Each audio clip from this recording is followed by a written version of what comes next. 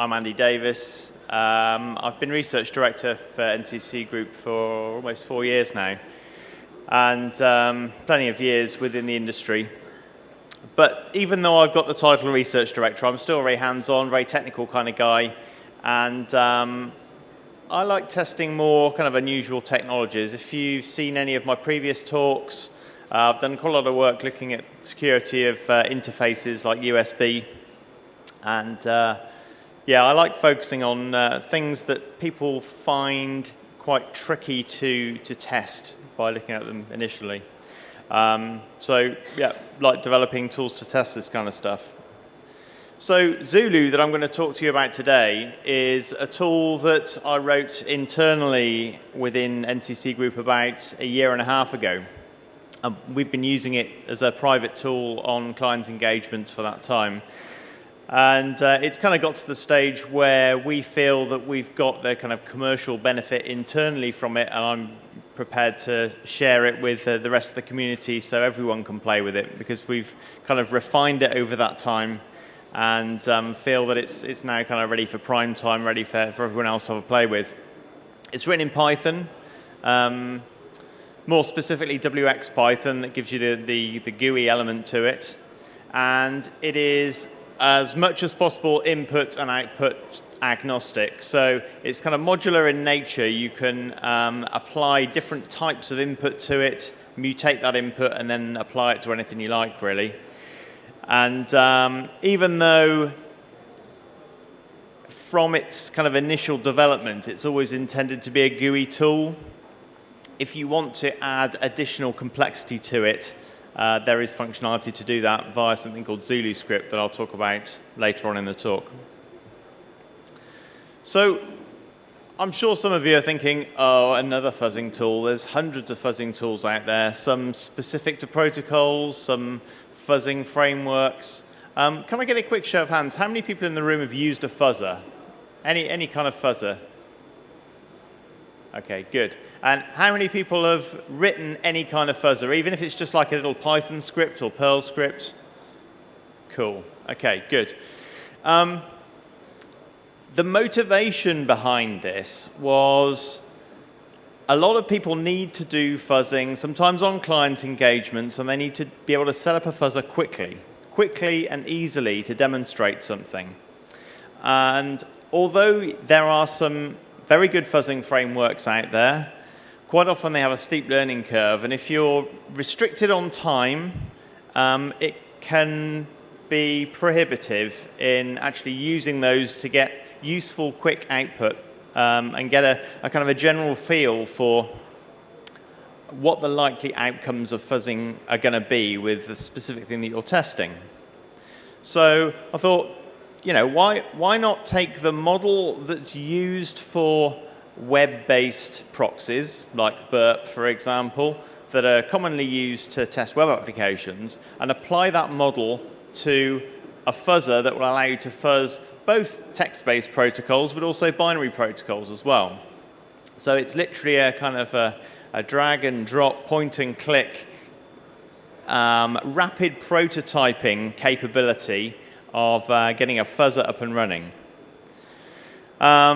With the added extra complexity that's there if you need it once you've demonstrated what you're trying to achieve. So, basics of the GUI, you have this input area, the mutations that you've decided to apply, the kind of fuzz cases that you've decided to apply to data, a choice of all these different mutators. You can then see the bytes within the data that you've captured in hex and ASCII, and then the status of the tool. So I must stress this is a mutation-based fuzzer, so the whole point is you use some kind of legitimate client that's talking to a server, not necessarily networks, but it was initially written as a network fuzzer, and we'll talk about some of the other things that it is capable of fuzzing later on. So you're using a legitimate client and server, capturing the data, and then in an automated fashion, replaying that in a mutated sense, in a kind of a structured way to try and find vulnerabilities.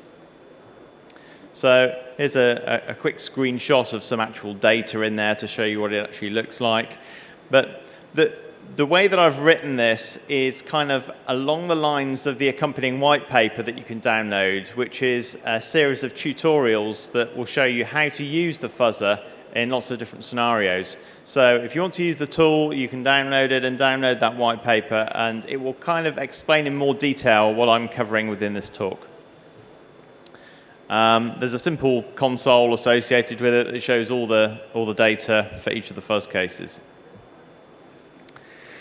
I won't spend much time talking about the file structure. It's more for completeness, really. So I'll move on from that side. So the initial capability I wanted to develop was a proxy-based network fuzzing module.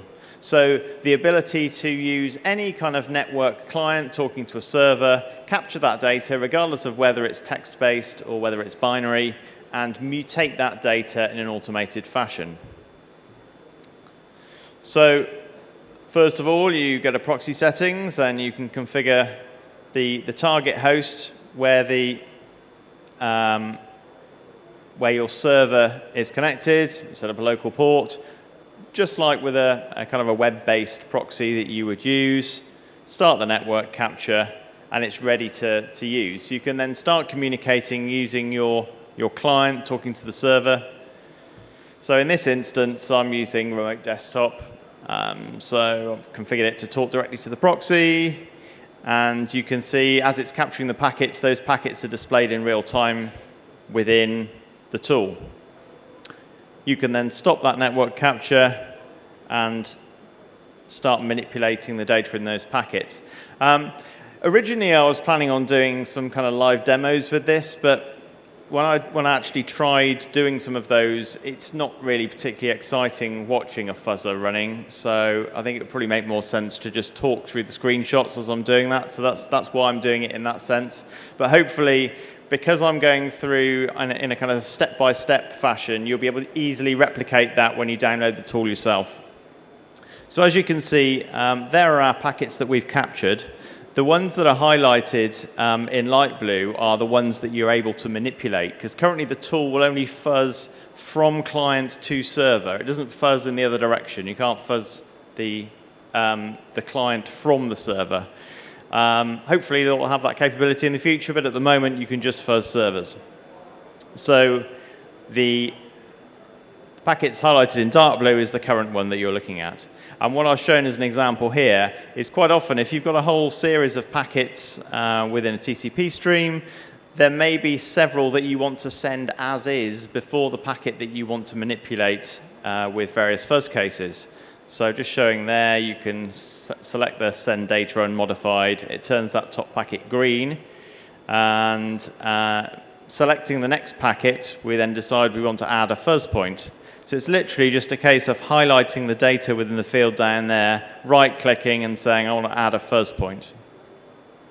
Again, trying to make this thing as quick and easy to use as possible. There's a whole bunch of mutators in there, and they're taken from the open source FuzzDB. We've actually augmented the FuzzDB with some of our own. But yeah, you literally just click on the checkboxes for the ones that you want to incorporate within your fuzz run. And you can see next to some of these, the text-based ones, there's a little icon. If you click on that, it will spawn a notepad with the list of mutators within that particular class of mutator to allow you to edit that and modify your own, or just see what's in there at the moment. So once you've selected your mutators, you need to choose the output method, so in this case, a network fuzzer. And if you just want to use the target that you captured from, the information will be automatically populated within there. And there's a few little things that you can change in there, like connect retries, timeout, that kind of thing. And there is the ability to select UDP if you want to fuzz UDP rather than TCP. And you can see that once the fuzz case has been selected, that the bytes associated with that turn orange. So we can now start fuzzing. and it goes off and you get all the output within your fuzzing window, and it gets logged within a file as well for each session. So hopefully you get a case where you've identified a vulnerability and the target crashes, as it shows there. So what happens there is you get a nice orange icon highlighted, another orange warning triangle there saying that the service that you were fuzzing has stopped responding, and therefore this may be a crash case. Now, any of those of you who've used fuzzers in the past will know that sometimes you get false positives. So you get situations where the connecting service or the connecting fuzzer thinks that the service has crashed, but maybe it's just being really slow, and as a result, it takes longer for the response to come back. So instead of stopping the fuzz run at the point where it thinks a crash has happened, it just pauses it. So if you go and check and see that the service is actually still running, you can just hit the play button and it will continue from where it left off. And that's something that I kind of added as a result of tweaking with the tool, because it was very frustrating if you had a false positive after it had been fuzzing for an hour and you then had to start fuzzing from the very beginning again.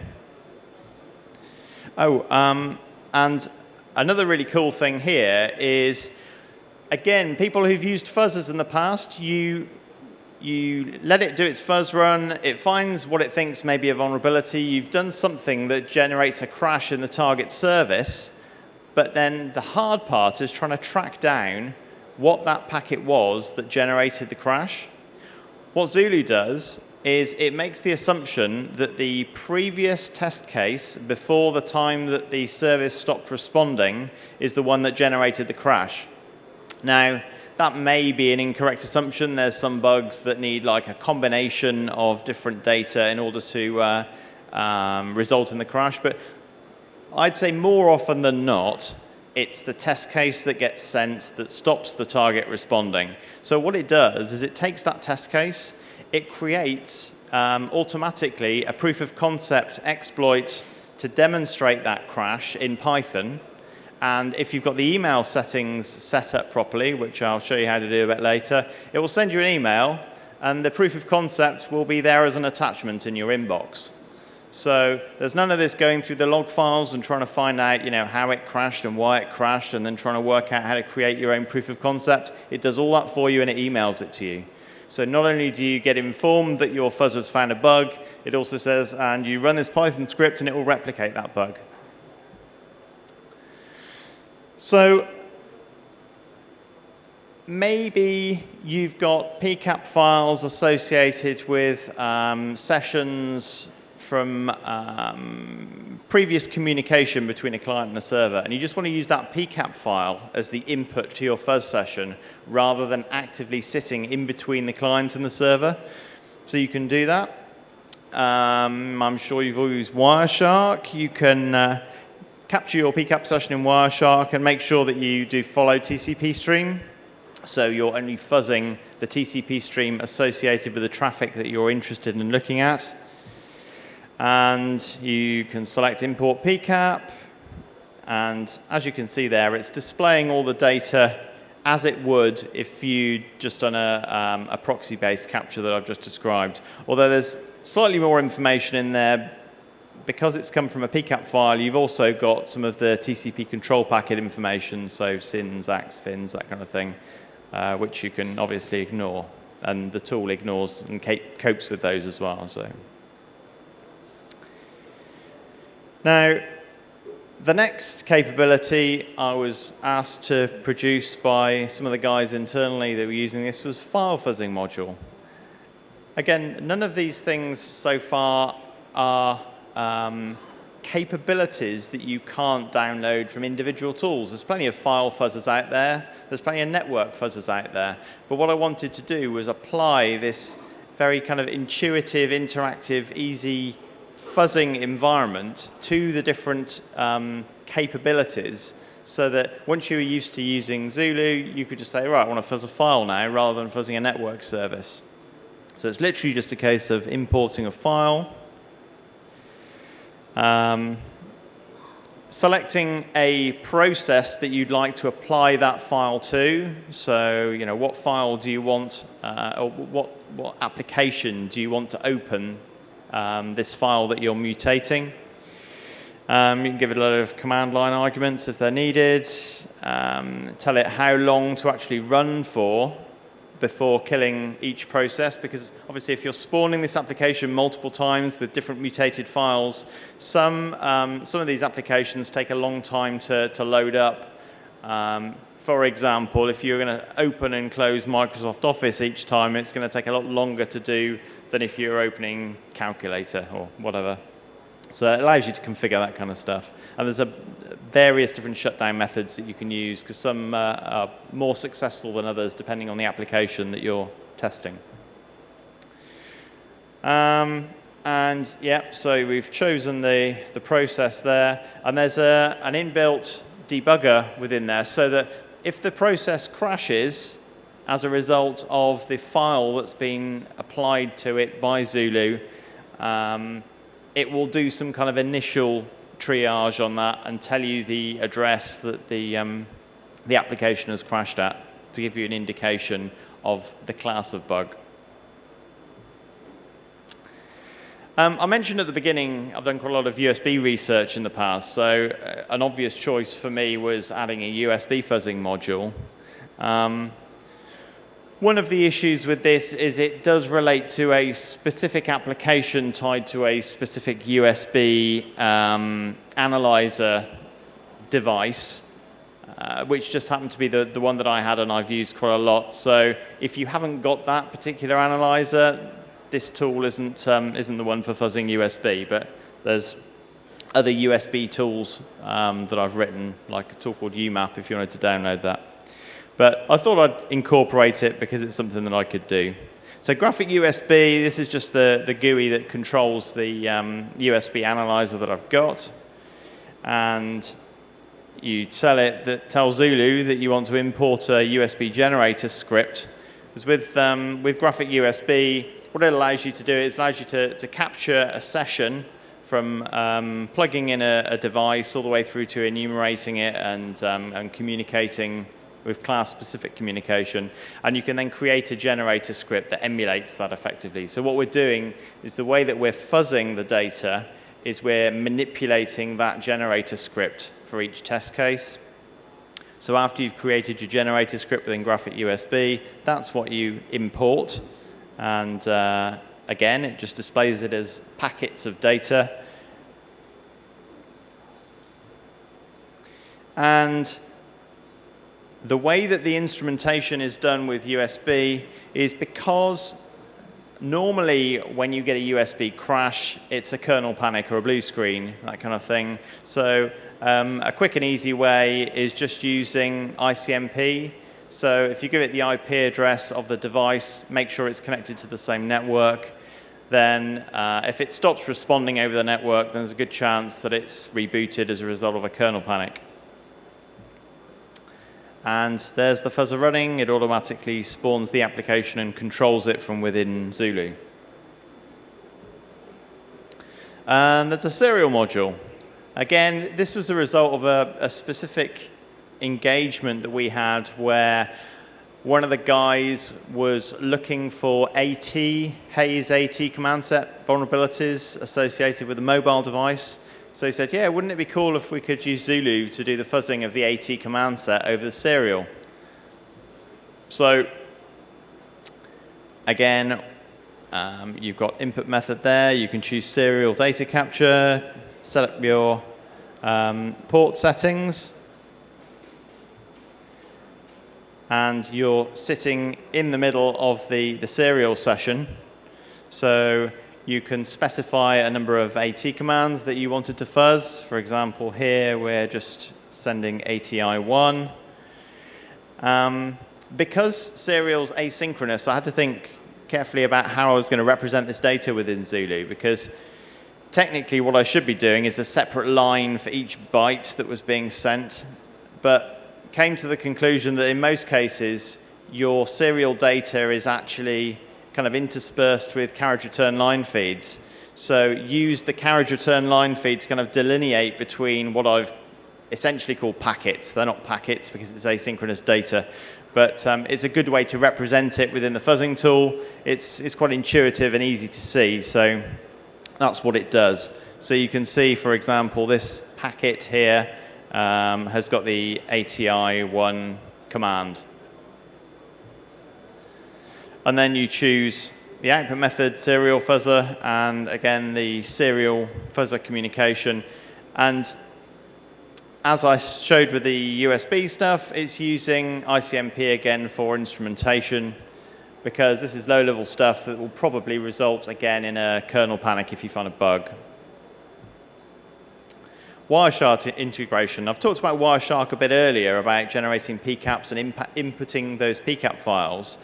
But we thought it'd be really cool if, when you're capturing data between a client and a server and you don't really understand the format of that data, we could leverage the use of the Wireshark's capability to dissect that data and interpret it. So what you do is tell it to turn on Wireshark integration, point it at where Wireshark is, and when you've captured some data between your client and your server, it will automatically generate a PCAP file that corresponds to the data that you've just captured, and will automatically load that into Wireshark. So Wireshark's dissectors will then interpret the data for you, and you can start seeing which portions within that data would be appropriate to then start fuzzing. VMware integration. Another useful feature that I thought would be good would be if most of the time when you're fuzzing a process, maybe a network service, you're going to be fuzzing it within a VM rather than on your physical box. Certainly not on the physical box that the fuzzer's running on, because if you end up blue screening it, then you've got no idea how it crashed. So chances are your target will be running in a VM. And in some circumstances, you may want the VM to be restarted as a result of a crash, because the type of crashes that you see might not reboot the service, or might not reboot the device, but it might crash it into a state that needs to be restarted. And again, with the process, you may have a crash that occurs that needs the process to be started because it doesn't auto restart itself. So with VMware integration, you add all the appropriate information. You choose whether you want it to restart the whole VM or just restart a process within that VM. And then whenever a crash occurs, obviously it will notify you in the same way that I mentioned before with email example. But it will take care of doing all the rebooting in an automated fashion. So if your fuzz run is going to last overnight, you don't want to wake up in the morning and find out that it crashed 10 minutes after you went to bed, and then it's just been sat there hanging, waiting to be rebooted. One example of how the GUI is useful, for example, within a binary protocol here, let's say you want the first 4 bytes to be, or the first 4 bytes of the data that you've captured represent a length field, and that length field is the data within the remainder of the packet. A lot of the fuzz cases that are specified within the mutators are variable length. So you need to fix up that length field in an automated way for every fuzz case. Otherwise, the chances are it's not actually going to get processed by the target system. So here, you can highlight the bytes that represent that length field, right-click, add length field, and then choose whether it's big endian or little endian, and then highlight the bytes that are associated with calculating that length field, and it will do it all automatically for you, which is really, really helpful. I mentioned email alerts. So yeah, you just stick your email notification settings in there, and every time a crash condition occurs, you'll get a nice email with the proof of concept code in your inbox. So I'm hoping that people are going to use this because it's really easy and it's very kind of rapid to get a fuzzing session up and going. If you're not used to using fuzzers, certainly the more complex fuzzing frameworks. But I'm also hoping that once people have got the hang of using the kind of simplistic GUI element to it, they'll want to augment it with ZuluScript, which is adding functionality to the processing of the data, kind of in between the point where you're looking at the fuzz case that you've captured, or the data that you've captured, you've modified that in some way by the mutator, but before it sends it to the fuzzer, or the other side of that data, you can perform other actions, which can be pretty powerful. So, yeah, so after the mutator, but before being processed by the target. There's a special file in there, custom.py. ZuluScript is nothing special, it's just Python. But there's a whole bunch of data that's exposed to you related to the packet and related to the session that enable you to perform this kind of processing. So examples of when you might want to use this, let's say you need to perform some kind of authentication each time you connect to a service, and you need to run some kind of third-party authentication library in order to do that. This is the point where you could do that. Or let's say you needed to do, you needed to base 64 the data that you've produced before you add it into the packet and send it on. Again, this is the kind of place that you do that. And just as a simple sample within there, there's a function for updating a content length field within an HTTP request so that you can see how to construct one of these additional ZuluScript files. And it's literally just a case of clicking the Enable ZuluScript checkbox and adding whatever data you want into custom.py. So these are the kinds of pieces of information that are exposed to you within ZuluScript so that you can use that information to construct your ZuluScript file. So I said that we've had Zulu for a year and a half now. We've used it on quite a lot of research projects internally and also on client engagements, and it's found tons and tons of bugs. A few of those have been reported and fixed, and advisor is released. There's a smattering of examples here. There's a whole bunch more that haven't either haven't been fixed properly yet, or we're still in discussion with the vendor about them. But as you can see, it's a pretty powerful tool, even though when you look at it, it seems quite simplistic in the way that you can use it. So simple doesn't necessarily mean that it's not powerful. So hopefully you're all going to go and download it and have a play with it. It's available today. It's on our GitHub website.